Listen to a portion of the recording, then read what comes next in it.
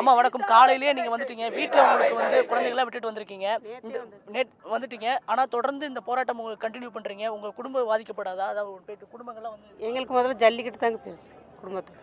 அதனால ஜல்லிக்கட்டுக்கு நல்ல முடிவு சொல்லிட்டு தான் நாங்கள் இங்கேருந்து போகிறதா முடிவு பண்ணியிருக்கோம்.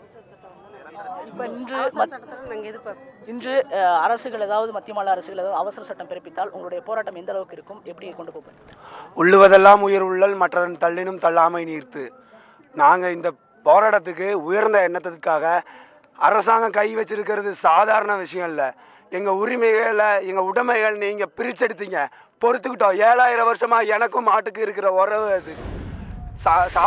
நீ வச்சிருக்கிறது ஒட்டுமொத்த 7.5 கோடி தமிழனோட மரபணுவுக்கும் மாட்டுக்கும் நிறைய தொடர்பு உண்டு. உலகத்திலே அதிக மரபணு தன்மை பொதிந்தவன் தமிழன். அங்கே நீ கை வச்சிருக்கிற. உள்ளுவதெல்லாம் வள்ளுவன் சொன்ன மாதிரி உயர்ந்த நோக்கத்துக்காக நாங்கள் இங்கே கூடியிருக்கிறோம். மத்திய அரசு அவசர சட்டம்னா என்னன்னு கேட்ட அரசு இன்னைக்கு சிறப்பு சட்டம் கொண்டு வந்திருக்கேன்னு. எதனால? இத்தனை இங்கே விஓசி பார்க்கல இத்தனை மாணவர்களின் கூட்டத்தினால. இதை அவசர சட்டமெல்லாம் ஒரு கண் துடைப்பு. எங்களுக்கு தேவை நிரந்தர தீர்வு. அது நாங்கள் எப்படியாவது பாடி வாசலை திறக்கிற வரைக்கும் எங்கள் வீடு வாசலை திறக்க மாட்டோம். நீங்க சொல்லுங்க. இப்போ இந்த போராட்டத்தை இன்னைக்கு மத்திய மாநில அரசு அவசர சட்டம் பிறப்பிக்கிட்டா உங்க போராட்டம் எப்படி இருக்கும்? அடுத்த கட்ட நகர்வுகள் எப்படி இருக்கும்? கண்டிப்பாக போராட்டம். அவசர சட்டன்றது ஒரு 6 months டியூரேஷன் தானே. இது ஒரு 6 மாதம் ஒரு இதுக்காக வந்து தமிழ்நாடே குந்திரிக்கணுமா? அதுக்காக நாங்கள் வர கிடையாது. எங்களுக்கு நிரந்தரமாக வேணும். இந்த ஜல்லிக்கட்டுன்றது எங்கள் விவசாயம் எங்கள் வீட்டோட, என்னோட, என் தம்பியோட, என் குடும்பத்தோட, என் அடுத்த ஜென்ரேஷனோட தொடர்புடைய ஒன்று. இப்போ நீங்கள் ஜல்லிக்கட்டு அடிச்சிட்டிங்க, மாட்டை அடிச்சிட்டிங்கன்னா அடுத்தது நாங்கள் வந்து பாட்டி சொன்ன கதையாக தான் இருக்குது. ஒரு புக்கில் படிக்கிற ஜல்லிக்கட்டுன்னு இருந்துச்சு. என் பையன் என்கிட்ட கேட்டானா ஜல்லிக்கட்டுன்னு ஒன்று இருந்துச்சு, வாய் வழியாக தான் சொல்ல முடியும். கண்ணு முன்னாடி நான் பார்த்த உடனே என் பையனுக்கு இல்லை அப்படின்னு சொல்கிறது ஒரு அடையாளம், தொலைஞ்சு போன அடையாளம். எனக்கெல்லாம் அது அப்படி நடந்துச்சுன்னா சத்தியமாக துப்பு தூங்கிடுவேன்.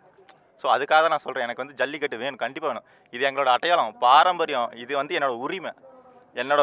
ஏன் வீரன்றது மனுஷனுக்கு மட்டும் தான் இருக்குமா? மாட்டு இருக்கக்கூடாதா? தமிழ் இனத்தில் மட்டும்தாங்க தான் வளர்க்குற எல்லா உயிரினங்களுக்கும் சரிங்க, அதுவும் வீரமாக வளர்ந்து பார்ப்பான். நாட்டு நாய் கூட வீரமாக தான் இருக்கும். அதே மாதிரி தான் எங்கள் வீட்டு மாடும் வீரமாக தான் இருக்கும். ஜல்லிக்கட்டுனா வரதான் செய்யும். கண்டிப்பாக ஒரு அவசர சட்டம்னா நாங்கள் விடவே மாட்டோம். எங்களுக்கு நிரந்தர தீவனம் அடுத்த கடை கொண்டு போயிட்டே தான் இருப்போம்.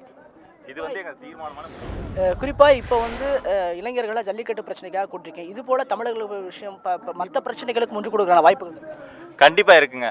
இப்போ வந்து ஜல்லிக்கட்டு வந்து எங்களோட ஒரு தொடர்புடைய ஒன்று. அதே மாதிரி இப்போ நீர் ஆதாரம் எடுத்துக்கிட்டிங்கன்னா டெய்லி தொடர்புடைய ஒன்று.